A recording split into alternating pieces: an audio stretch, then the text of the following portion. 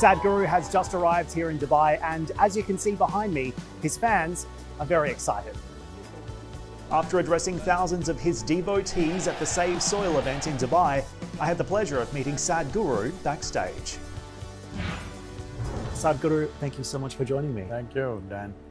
It is a great pleasure to meet you, and I know you've just come off stage. How did it feel? Oh, you should ask the audience, I'm okay. If they're feeling good, I'm okay with that. How do you like to feel when you come off stage? See, I made myself like this. The nature of activity that I'm performing doesn't decide how I am. I made myself like this. How I am within myself is determined by me, not by what I'm doing, not even the result of what I'm doing. So I have this advantage. I have no such thing as failure in my life ever, because I don't suffer anything. Some things we do it well, some things we don't do it well, but I'm the same within myself, so I'm a little blissed out all the time, so I'm okay.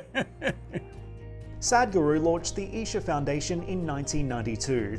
The global organisation supports environmental projects and runs centres and events aimed at promoting physical, mental and spiritual well-being independent of religious ideologies. Why was it important for you to strip away some of those philosophies? The only thing that I know is, I know this piece of life from its origin to its ultimate. And I only talk about that. I only present that to the people. But in their experience, they think I'm talking about them. I am not talking about them. I'm only talking about this piece of life. Fortunately, every piece of life is made the same way. So, when I talk about this, they think when I say I know this and I'm speaking about this, people think I know everything. No, I know only one thing, just this piece of life.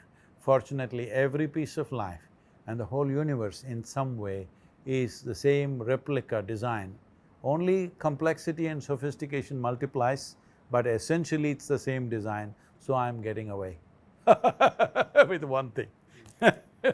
Sadghuru, so many people are looking for meaning in this day and age. Do you think religion still has a role to play in today's world?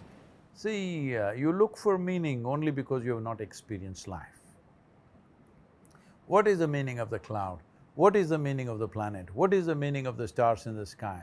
There is no meaning to anything in the universe. Meaning is an ailment in the psychological space of the human being, that we are looking for meanings because there is no exuberant experience of life.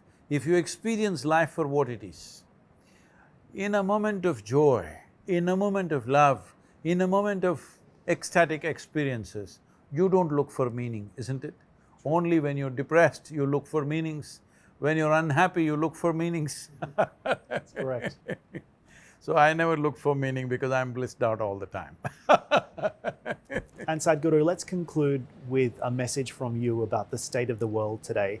As you know, we're living through very challenging times, a pandemic, war, economic turbulence, a cost of living crisis for many as well, the ever-growing threat of climate change, as we've also discussed today. What's your message to people who might be struggling through all of this right now? Taking all this into effect, those who are in famine zones and war zones, I just have to bow down. They're suffering, it's not in our hands to fix it right away. But for others, you must understand the difference between life and lifestyle.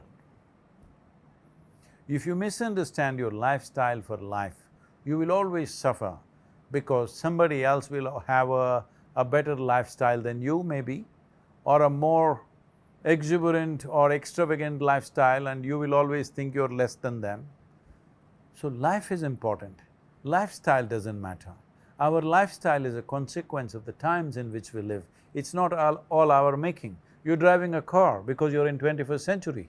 If you were here 10 centuries ago, you wouldn't be driving a car, you would be walking and you would be fine, all right? So I'm saying, do not misunderstand lifestyle for life.